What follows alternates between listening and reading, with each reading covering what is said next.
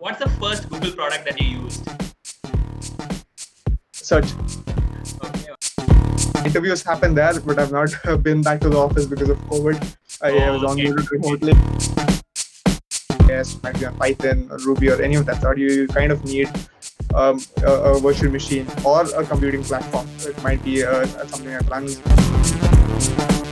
off campus is harder, but you have a bit more flexibility. So in on campus, your colleges might have a couple of restrictions on what companies you can write, or probably if you're already placed, you're not supposed to write.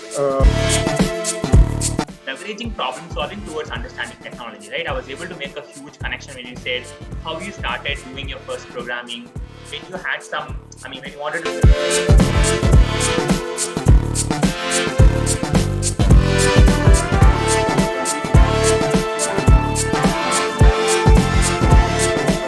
Hello everyone, thank you so much for watching this video. This is the EduRise show, and today we have a very interesting person with us. I'm going to quickly introduce the person, and then we're going to get straight into his journey all the way to the Google. So he's a very good friend of mine, Milan Menezes. He's a technical solutions engineer at Google. He's a computer and information science graduate of 2019 from National Institute of Engineering in Mysore. And I remembered volunteering with him as part of the IEEE Computer Society India Council during 2017, where he served as the CS section representative of Bangalore section. Been a very, very enthusiastic person and a good friend. Glad to catch up with Milan. Welcome to the show. Hey everyone, happy to be here. Thank you. So one of the reasons we are very specifically got the time from Milan and interviewing him is because he has very recently joined Google and started contributing to the organization. We want to be covering about his specific journey so that it's very inspirational, right? A student who's graduating and then working on one of the biggest technical organizations. And let's hear from Milan. Milan, so share a bit about yourself, your personal, life. How does it all started? What's your childhood looking like? All these things. But I'm very curious about even when you are in school, have you ever dreamt of being an engineer ever since childhood? What was your fascination towards engineering, Yeah. technology? So I think this I don't want to be a stereotype here, but like most boys, right? Like so most of them want to be a pilot. So that was my aim as well. But then as you grow older, you kind of look at a couple of other options, and you pick those. So when you're younger, the most fascinating thing is like where you look up in the sky and you see a plane, and then you'd be like, okay, I want to be the pilot there, and I want to run those things. So, that was my earliest, let's say, Dream, aspiration. dream. And then towards engineering, I think this was somewhere towards my 10th grade or 11th or 12th, where I actually looked at a couple of options. It was actually my 11th where I first started with computer science because we had one subject there. Then, yeah, it just clicked. You look at what you can do, and you look at your friends and all, and you see what they're doing, you see what you're doing, and you see like things that you can innovate, things that you can do, and you basically write a program and you can see how that runs out. So yeah, these are something that was kind of inspiring. And moving towards my 11th and 12th, I had actually started one of my projects, I think, in 11th. So this was a simple project. This was something that I kind of made a POC on, with the things that I knew and the things that I actually did not know, looking at a couple of online resources, copying parts of codes which I can to spin up. So this was, I think, the first project was on PHP. I just identified a problem which I could fix. So I play the keyboard in church every Sunday. So in terms of songs and lyrics and stuff, everything is on the book, and you had to search them and filtering them. All of these things were a pain. So to make my life easier, I just had a simple dashboard of listing songs, and when you click on the song, you get the lyrics, you get all So the you make the tempo, the keyboard which scale. is musical keyboard. Yeah. So I play Okay. the music to So keyboard. I thought because you're programming, you're going to work on computer keyboard. Okay, sorry. In terms of music, you have something called the scale, you have something called Yeah, I remember. tempo, and these things. So for each of these things, I did not want to keep a physical record of all of these things and then taking the book every day. So this is basically a repository of that. So having a way to, let's say, enter fields, having a way to, display them and doing those. So I just spun up a PHP instance and MySQL instance, and this is what I did, and then in my PU. So from there, since I did that, it took some time, and I was exploring things. I was more interested towards computer science. Wonderful. Do you still play keyboard? Do you find time to play keyboard?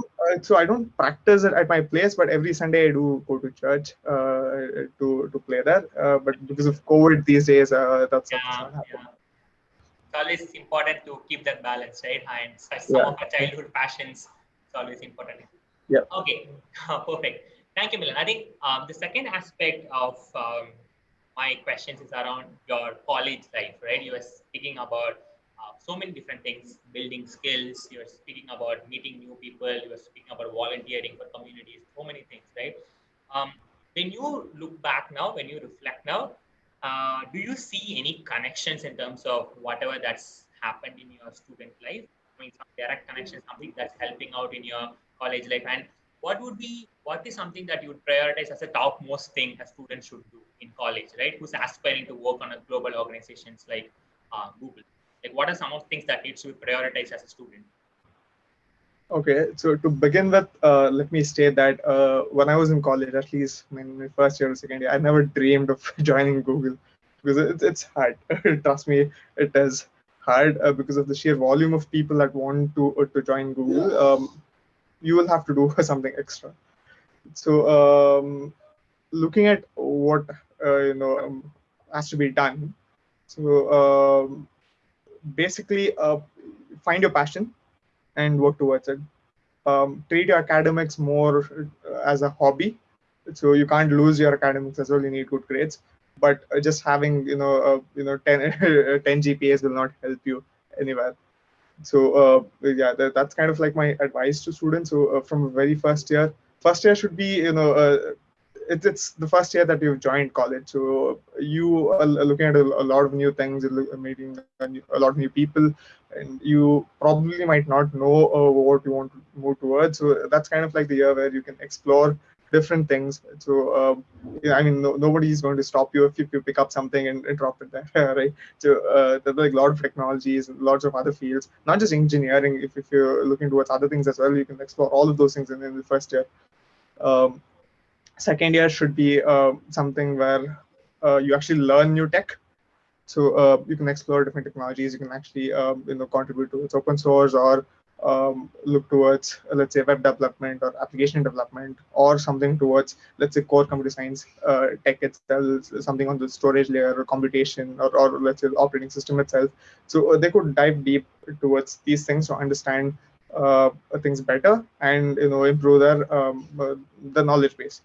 But that second year is kind of like the time where you actually build one or two solid projects that you can Like be proud full-fledged about. projects. So yeah, so second year Okay. should kind of be the right time to do those. You can start with your first year itself, but doing it later or probably starting later would not be that ideal. So second year you can probably look towards anything. So you could learn web development. There's so many technologies within web itself. You could look towards application development. You could look towards cloud, this machine learning. There's so many things where you can explore and build a couple of projects on these things. So you could just do these things, and um, you could probably improve them. You can have like more revisions of those later, adding your features to do all of those things later. But second year would be the time where you actually do these things, and it should also be the time where you actually network with people. So let's say build a good LinkedIn profile, connect with people, go to a couple of conferences, meet people there, join a couple of clubs which are global, so you can meet with uh, people from other colleges. You can understand what their interests are, what they're doing, and you can understand where things are going, so you can improve on yourself. And more importantly, the one thing that you should compare yourself with is yourself. So if you're doing something better than yesterday, it's a add-on, right? Like you don't have to compare with let's say a 10 pointer, or let's say someone who's doing hundreds of projects. So if you're improving yourself from what you were the previous day or probably the previous week, that should be a great thing to do. The third year, or probably the end of your second year, would be the time where you should prepare to probably get internships. So this is kind of like the fact that it's not probably something that's subjective. It is a fact that the easiest way to get into good companies is through internships. So let's say the interviews are easier than the actual job interviews, and the expectations of the candidate is also lesser than actually being an employee. So third year is where you actually intern, or at the end of the second year is where you intern. You could probably intern in the first year and second year itself, but let's say the mainstream or the openings for internships in good companies start for third years and fourth years. So I know that Google has internships for second years as well, but these are a You mean different second year internship. completing students or the people who are going to second year? So I think I'm not sure on this. I think Okay. it's called step internship, and it's for first year and second year students who are pursuing first and second year. And I think they would apply for that, interview for that, and once they're done with the first year, or once they're then done with second year, that's when they intern in the 2 month break Wow, between semesters. sounds like a very exciting opportunity, right? In the first year and second year. Yeah. Yeah, so I think people can look this up. I think it's called step Yeah, of intern, course. and it should basically be an opportunity for students to have an introductory view on how things work in the industry, and giving them an opportunity to learn. So that would be the step internship, and you have other like swing internships and a couple of these other internships that will run for third years, pre-final years, and final years. So at the end of second year, what the students can do is look towards competitive coding.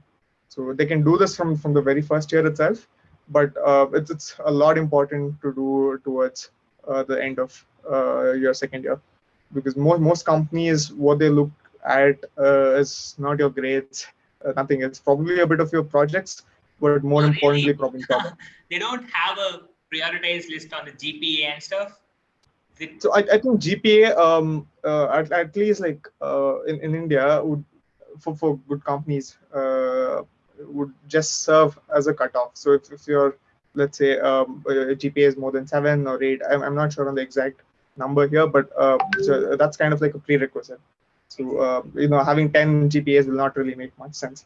And I know in a couple of other countries where your GPA is not even considered. So if you don't even need to have a computer science degree to be a software engineer. Wow, So if you're good theoretically. at your skills and if you're able to solve problems, that should be sufficient. But I think in India, because of legal requirements, you do have to have a degree, and your GPA actually does not add much value to let's say a selection process. So yeah, again, coming back to the second year ending, when I say competitive coding, I don't actually mean getting on to competitive sites and actually competing there. Competitive coding just kind of serves as a medium for you to practice things. That doesn't mean like only people who have like good ratings on these sites or good profile on these sites, they'd be considered. So the end result that we're looking out from this is a way for you to improve your problem solving skills, improve on algorithms and data structures, and be at a point where if you're given a problem similar to something on competitive sites, whatever you get, so it might be on anything. Um, so you're at a position where you can understand that problem, break it down into concepts, and solve them in an efficient way. So this is what we actually need, and the way you can improve those things is probably working towards data structures, working towards algorithms, and practicing a lot. So you can probably pick up questions online, solve them locally, or you can go to sites like LeetCode, HackerRank or CodeChef or any of these places and keep practicing there. So once you do that, I think at the end of your second year is where or at the beginning of the third year is probably the time where you apply for internships. So this would be for the third year internship, the internship that you get after your third year for about 2 or 6 months. So because good companies look towards problem solving, this would be the right time to learn and improve yourself towards problem solving. So once you do that in your let's say second year, and if you get a good internship, well and good, you could probably try to get a pre-placement offer from the same company there. If you don't get a good internship and you are still focusing probably on campus placements or off campus, that's where you actually start preparing for on campus placements. So on campus, from my experience, again, this might be different for different colleges and different states. So here, the first test would probably be on aptitude and so tech skills.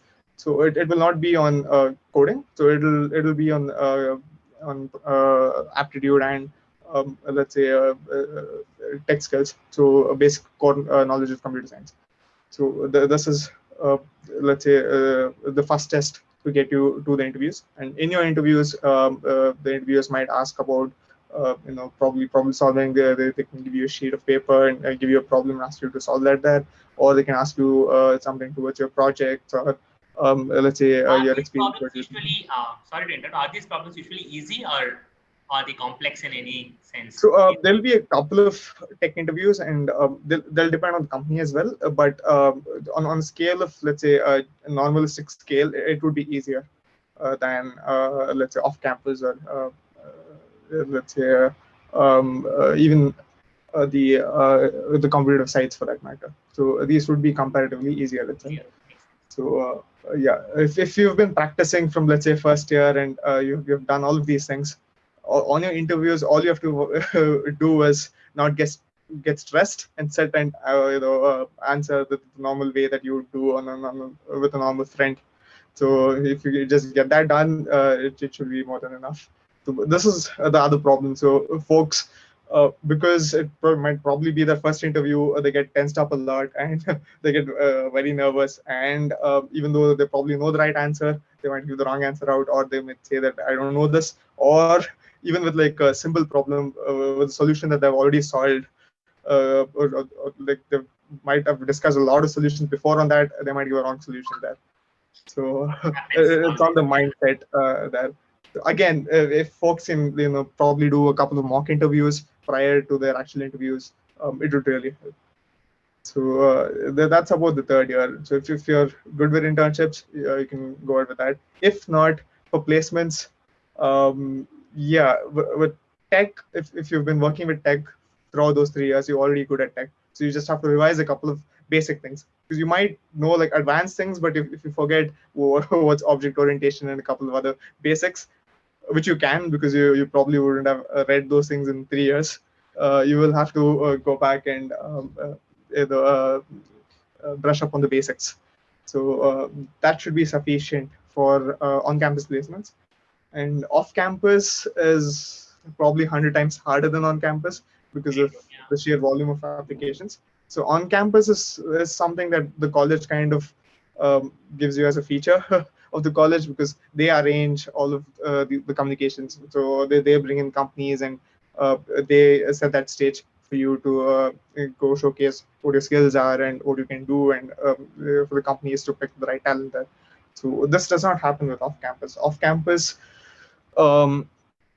you basically apply at the career sites, and you build your profile, you build your GitHub profile, you build your LinkedIn profile, and you build your skills, and you showcase them properly on your resume, and you go and apply to these career sites.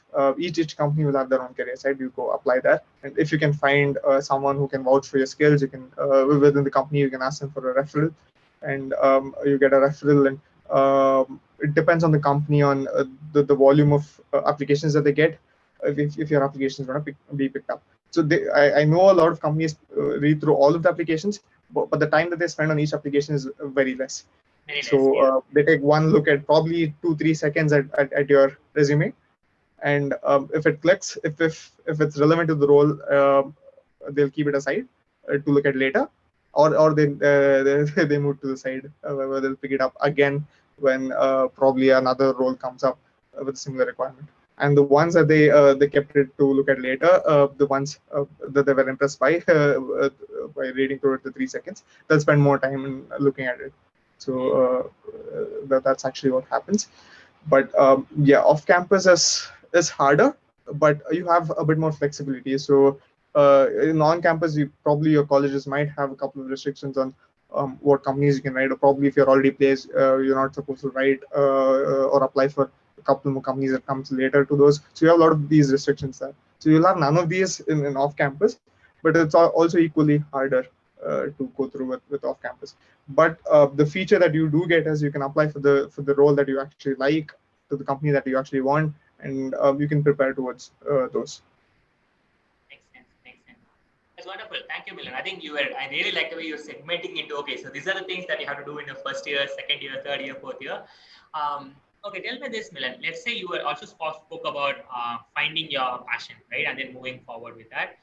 Uh, do we get to, I mean, what are your recommendations? Let's say if I am a student and I'm pursuing computer science, and like many of the people who are watching this video will also have this question, right? How do I really find my passion? Is it by working on different things? Is it by focusing on one thing and then going about it? Like, what do you recommend? Like, in short, how to find your passion, especially in computer science? Yeah, that's a nice question. So I mean, people do it in different ways. Some people, they actually don't start learning something for the sake of learning it. So they would see probably a problem, and they're trying to fix that problem.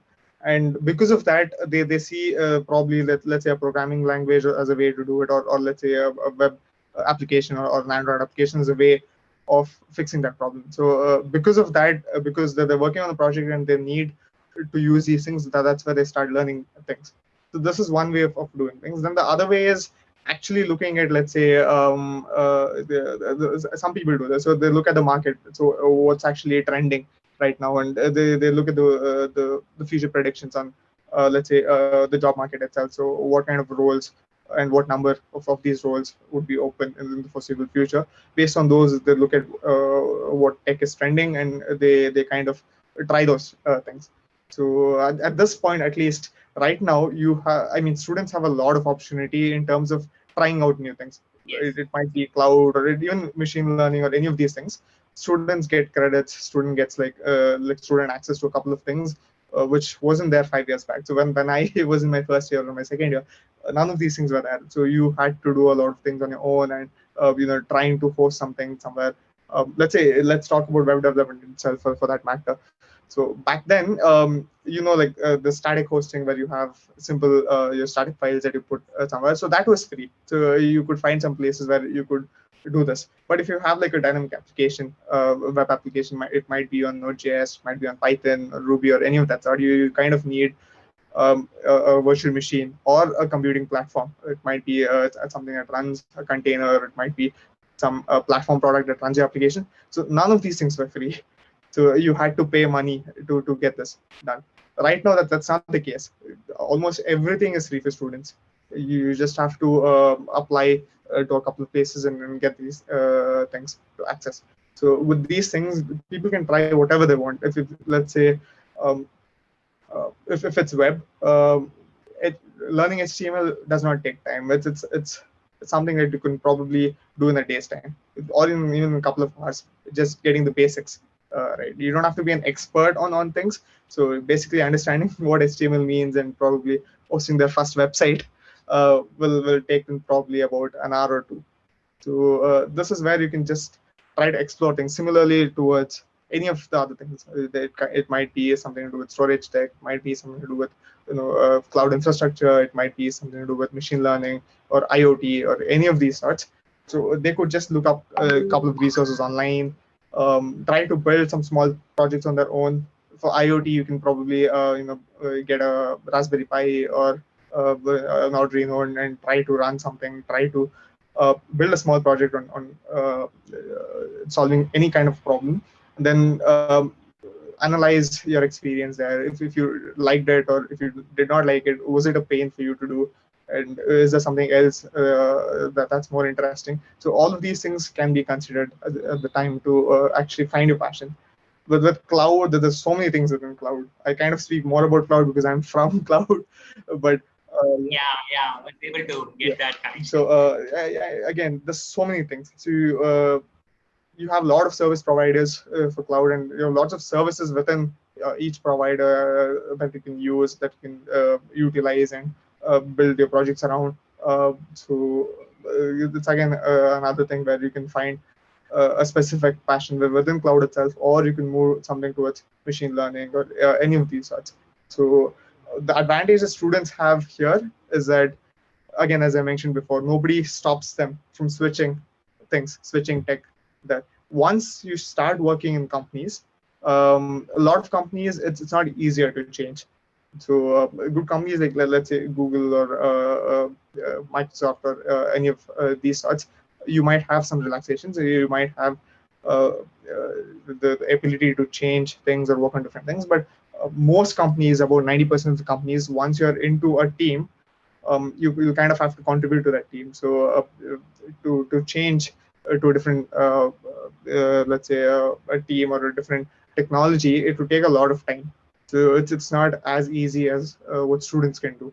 So if I'm a student, I can work on something today. I don't like it, I can change it, and I can work on something else Makes sense. tomorrow. So that's the time where that's kind of like the golden time. So you know the tech, you know what you're doing, and you have all the power to do whatever you want. So that's the right time to do it. Wonderful, wonderful. I think this is super helpful, right? We have actually covered a lot of useful content for the college students, people who are doing college. Let's talk a bit about your experience going to the Google, right? This is a very exciting one. I'm super curious to know about what was it like. I mean, how did you feel over the process? I mean, I'm sure you will explain it step by step, right? But how does that feeling? You'll also know that sense of accomplishment, sense of like as you go on winning stage by stage, right? I also wanted to very specifically know that, and also about your process with Google. Whatever that you could share would be helpful. Yeah, sure. So the reason all of these things came into picture was that I was working in a different company in which I was placed, and again, what I was doing there was not aligning with my interests. And let's say switching, let's say, roles or different teams was harder in that company. So it wasn't impossible, but it would take a lot of time. So I personally did not want to wait for so long. So I was looking for other companies. So again, the same process hit me. Like I think most people can understand this. So when you start applying for companies off campus, most of the time you don't get a response, and sometimes you get a rejection right after you say apply in a couple of hours. So this is mainly because of the sheer volume of applications that they get, and also for a lot of roles you're expected to have a couple of years of experience. So if you're out of college, you just don't meet the minimum requirements. So this is one thing. Then the other thing is that most companies, at least for a fresher, they only hire through on-campus placements. They go to colleges and hire folks from there. All of their off-campus, let's say, postings that they put on their career side is for people who at least have 3 to 4 years of experience. So this is the first challenge that anybody faces. Then I kind of applied to a lot of companies, and even within Google to a couple of roles.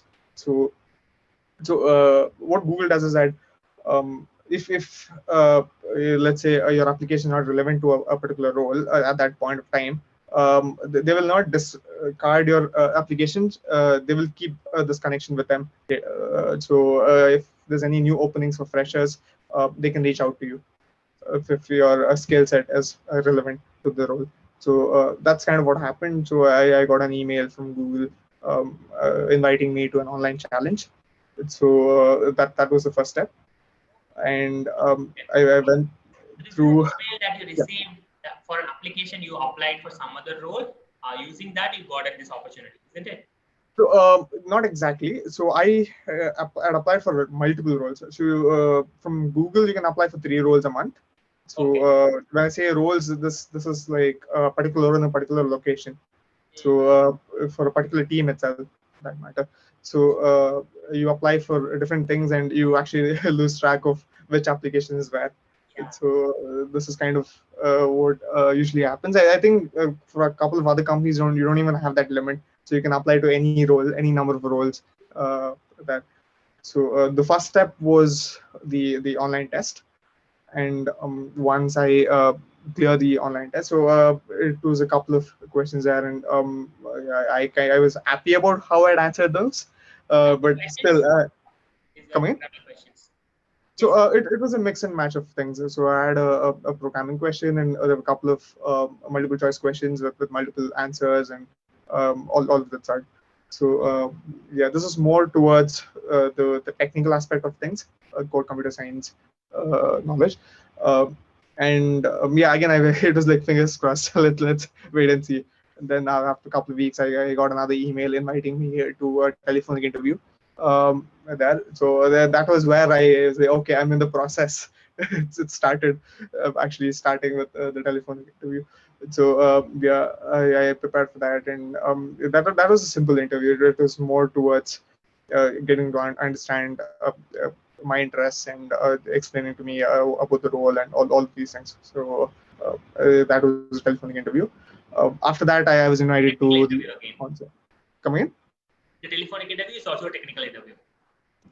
It depends. Not everybody will have both of these things. So this is kind of like a screening process. So after a resume is picked up, you either have an online test or you might have the telephonic interview. If you had the online test, your telephonic interview will not be technical. It will mostly be to understand your requirements, your interests, and tell you about the role, the location, Oh, and interesting. all Okay. of the sort. So it's basically getting to understand each other before you actually go to the on-site interviews. After that, you'll be invited to the on-site interviews. On-site interviews would be 4 to 5 interviews with Ah, 4 to 5 interviews.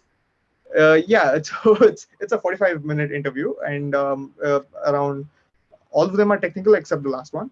The last one would be a Google's interview. The hiring manager will take that interview to understand your, let's say, leadership skills, and to try to understand your culture, and basically the ways in how you work, and your past experiences and all of that. Sorry. Yeah, yeah, So yeah, the other interviews are a mix and match of coding interviews and technical interviews. It actually depends on the specific role. For my role, the first round was a coding interview, and 3 more rounds were technical interviews. So yeah, so for me, this was more of if you clear the first interview, you go to the second interview, and if you clear the second one, you go to the third one, and it's something like that. And yeah, so Google kind of arranges everything for you. So if you're from a different location, Google will. I mean, most companies do that. So they'll arrange for your flight tickets, they'll arrange for your hotel stay here, and also your return tickets. So travel within the city, your food and everything would be taken care of by the company itself for your interviews. And um, when you actually reach the office, your recruiter will kind of greet you, and your recruiter will be with you throughout the process. So yeah, So that's which something that office you is, were going to? Were you going to Hyderabad office or but the Bangalore office. So Bangalore? there are 2 offices in Bangalore. I'll be joining uh, the Madhivpura office. So my interviews happen there, but I've not been back to the office because of COVID. I was Oh, okay. onboarded Okay. remotely, and yeah, I was still waiting for COVID to get better. So yeah, this is something on my my personal experience. So it's like your interviewers are the people that you work with. So it will be the same people from your teams, and they'll be the actual interviewers. Your recruiter is someone who will facilitate the whole process.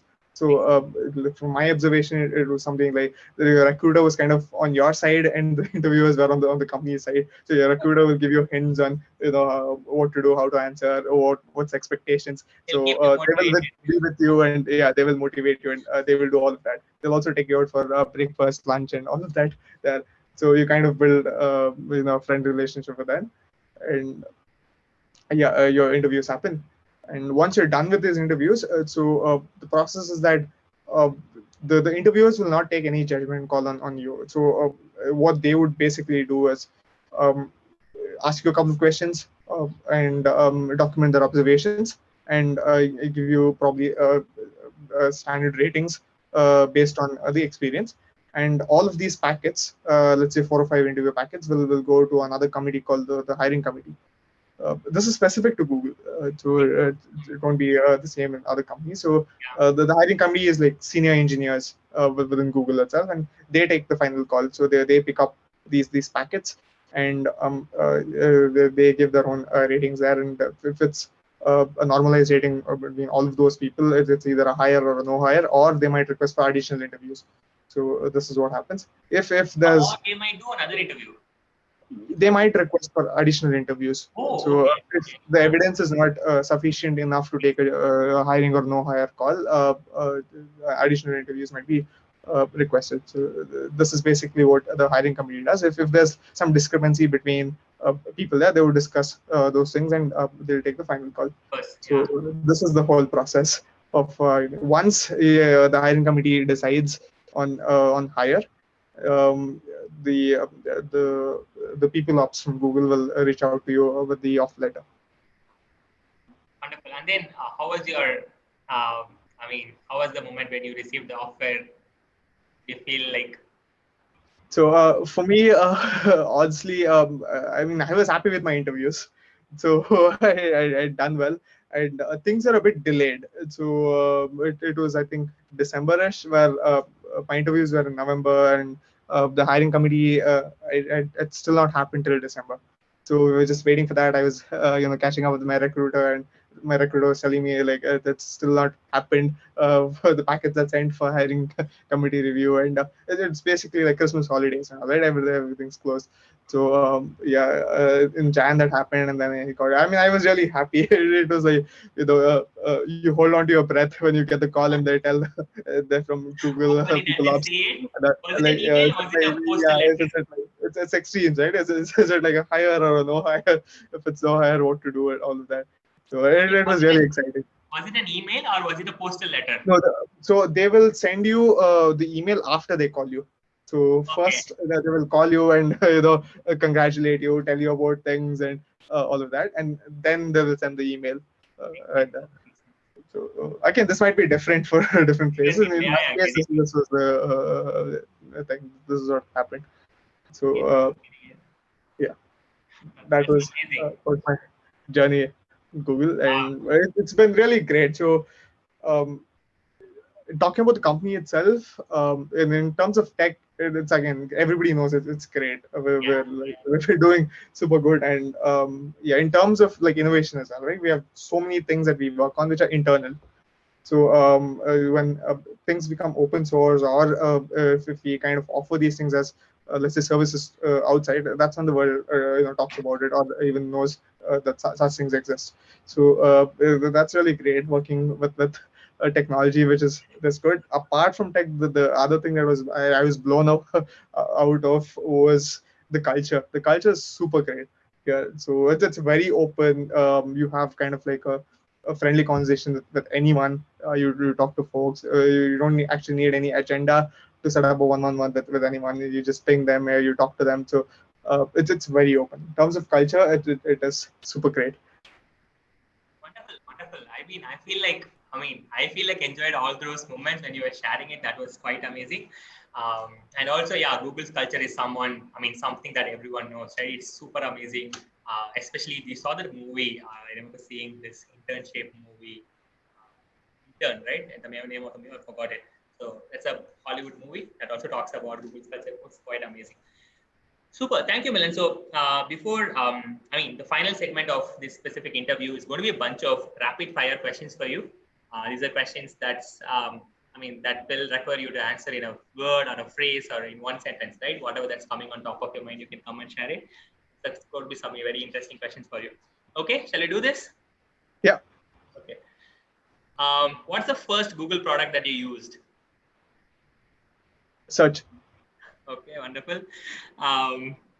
What's the one programming language you would recommend every computer science engineer should know? Python.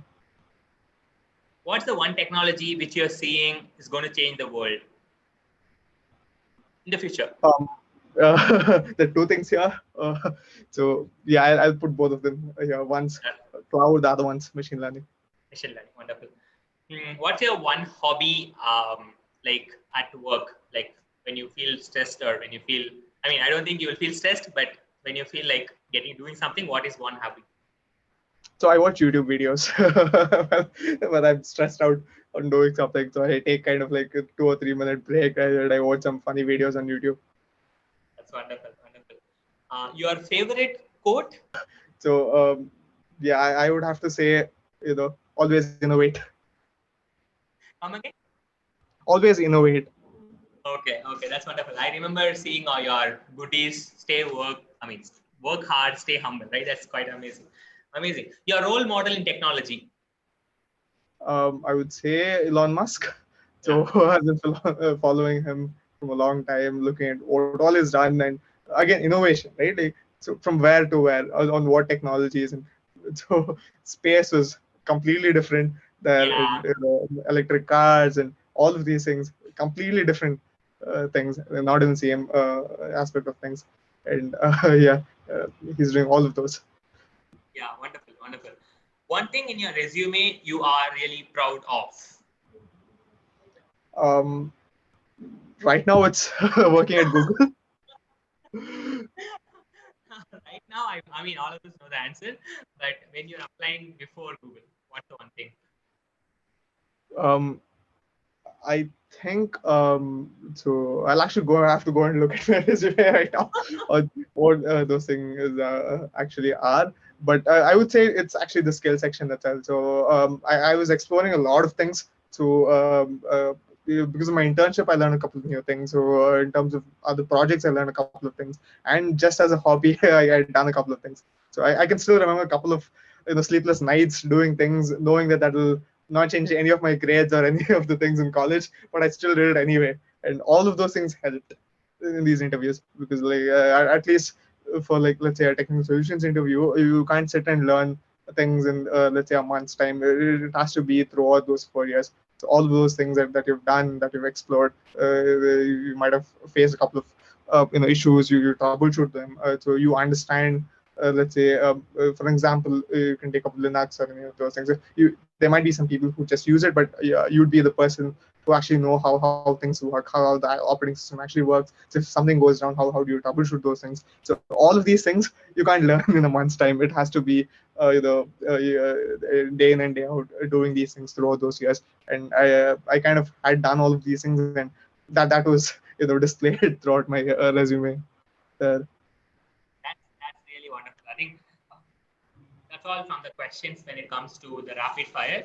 And as you know, like on this specific channel, we are also trying to create content on local languages, making people talk on like some local, language which you are part of. I think since you are a part of like Karnataka and you are good with Kannada, uh, maybe send a short message to all the viewers watching from Karnataka in the language of the land, about your journey or something that could inspire Uh, them. I'll just keep it very short. ಕಷ್ಟಪಡಿ ಮಿಕ್ಕಿದೆಲ್ಲ ದೇವ್ರಿಗೆ ಬಿಡಿ. Okay, wonderful.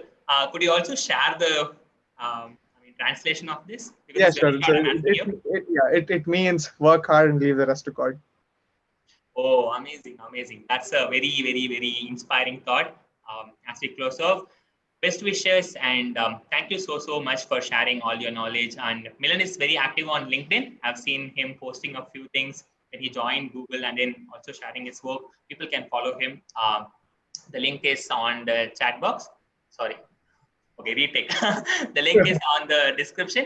You could go and follow him. And thank you so much, Milan, for taking all your time and explaining all these things. One of the biggest takeaways for me, I would definitely say personally, is using problem solving. Leveraging problem solving towards understanding technology, right? I was able to make a huge connection when you said how you started doing your first programming, when you had when you wanted to transform the keyboard process, which is something how you do as a hobby, right? It's not like you learn a technology and then you adapt and do it. You find a problem and then you solve it. That's super inspiring. And also segmenting all the experiences into different years, right? That's quite amazing also. I'm sure it will be super helpful for the students. Thank you so much for taking your time, and all the best. And look forward to seeing you sometime in person soon. Yes. Yeah. Thanks, Arvind. Thank you so much for hosting. It was actually really good catching up with you after a long time, and thanks for doing this. I hope Thank you. students learn something new out of it, and if that happens, I'll be more than happy. Wonderful. It will definitely happen. Thank you. Thank you so much. Thanks, Arvind.